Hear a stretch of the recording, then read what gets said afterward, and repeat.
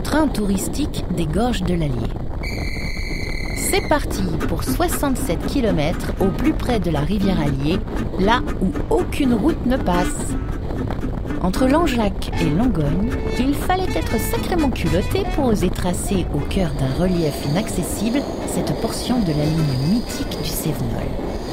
Le tout à la fin du 19e siècle, à une époque où la dynamite n'existait pas encore. Des milliers d'ouvriers ont ainsi travaillé d'arrache-pied pour réaliser ce chef-d'œuvre d'architecture reliant Paris à la Méditerranée. Depuis 1999, le train touristique reprend cet itinéraire audacieux, traversant des gorges sauvages et franchissant de nombreux ouvrages d'art.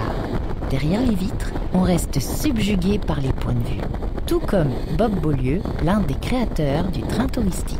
Quand on approche cette ligne des Cévennes, qu'on sort d'un tunnel pour rentrer sur un viaduc, pour repasser dans un autre tunnel, pour repasser sur un viaduc encore plus spectaculaire, pour passer sur un pont métallique ou sur une construction en pierre de plusieurs centaines de mètres de long, quand on connaît les moyens qu'il y avait à cette fin du 19e siècle, on ne peut qu'être totalement impressionné par cette ligne. Allez, un petit arrêt pour se remettre de ses émotions.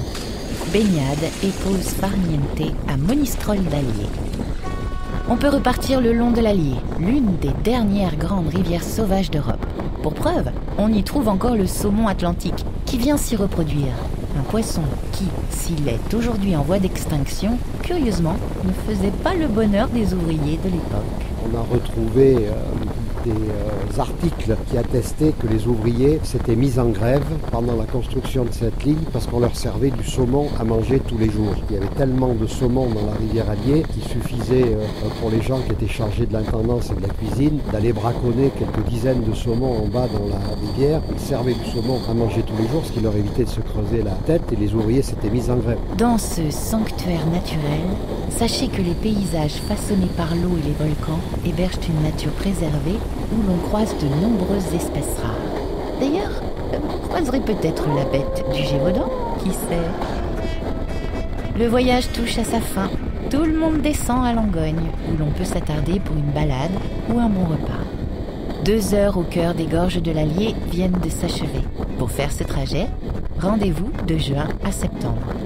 Pour le billet, c'est la boutique du train touristique de Langeac qui s'en charge. Ah, et dernier conseil, réservez vos places à l'avance car ce train connaît un succès aussi joli que son parcours.